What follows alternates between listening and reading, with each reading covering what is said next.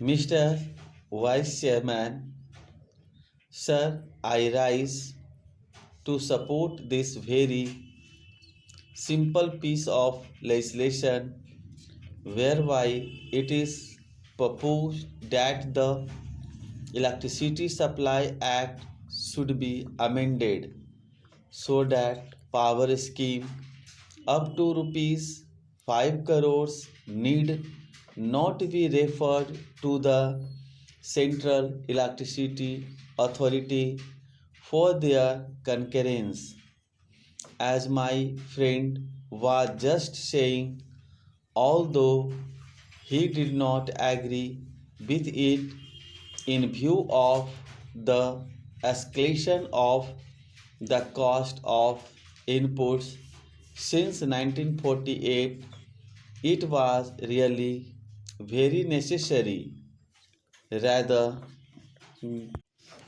essential that this limit should have been increased, and since this limit is being increased from 1 to rupees 5 crores, I support this bill. My friend was saying that since 1948, price escalation has been more than 100 times. That is not so. It has not been 100 times, maybe more than 500 times. But what I am saying is that it is rather just and right that this section should be amended and schemes up to rupees 5 crores need not be referred to the Central Electricity Authority for concurrence, because that authority also takes a lot of time in examining these schemes. They have to examine them on techno-economic lines, and this could delay the project.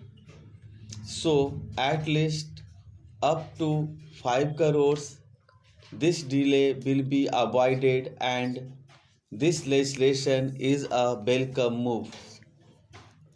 The importance of electricity in the modern world needs no overemphasis, whether it is a matter of industrial or agricultural production.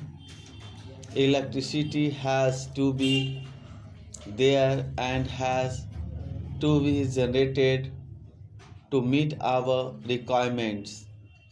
It is indeed not a very happy state of affairs that even today, after 67 years of independence, we have not been able to generate as much electricity as we actually need to run our industries and also to cater to the needs of the farmers and to supply to public at large.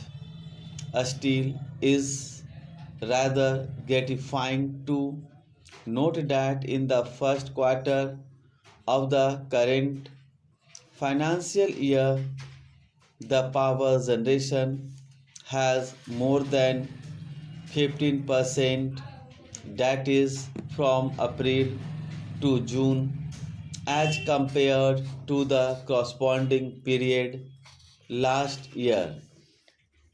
And in this, the thermal power generation has increased by 13% and hydro by 90%. During the 10th 5 plan period, the target for electricity generation was 19,000 megawatt, and we have been able to achieve only 14,000 megawatt. It is indeed a very sorry a state of affairs that almost all the state electricity board are in a very bad condition, and all that they know to increase the price and cost of electricity. They are going on doing the ever since they exited. Almost all of them are running at a loss.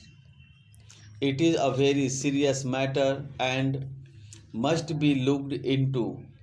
As I said at the very beginning, if we cannot generate electricity, we cannot ensure industrial development as much as we want it to be.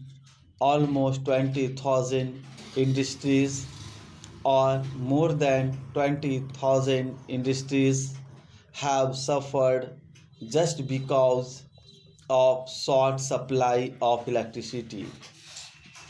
Very important industries like coal, steel, cement, fertilizers have all suffered in the past, and they are still suffering to the extent that we are not able to provide electricity to them.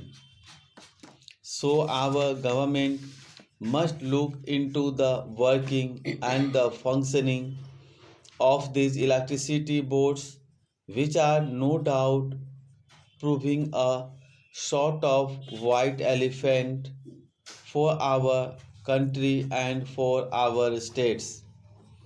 As regards the ills of these state electricity boards, their sickness is due mainly to four major causes. Number one is non utilization of capacity. None of these boards, which are running at loss, is able to generate electricity to the installed capacity. Capacity utilization is much less, and this utilization should also be increased. Number two is delay in the implementation of projects. The delay is due to so many factors. Sometimes they do not get turbines from well, and others because of non availability. Delay may also be because of the delay at the level of the Central Electricity Authority, which is now going to be curbed by this legislation to some extent. Number three is poor financial management.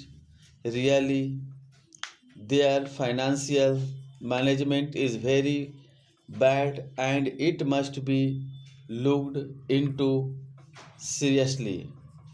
The fourth reason is that on public institutions there are heavy areas. That is the case with all these state electricity boards. I know that in the case of the UP State Electricity Board, as much as rupees 25 crores is outstanding against the Jal Nigam there, and like that against so many autonomous bodies, organizations, corporations, and even the government of India may have to pay something. Sir, the situation is the shortage of electricity is supposed to be 8%, while transmission losses are to the tune of 21%. Pilferage is supposed to be of the order of 30%. Our friend was talking about Haryana earlier. In Haryana alone, 20 lakh units are being pilfered in this field.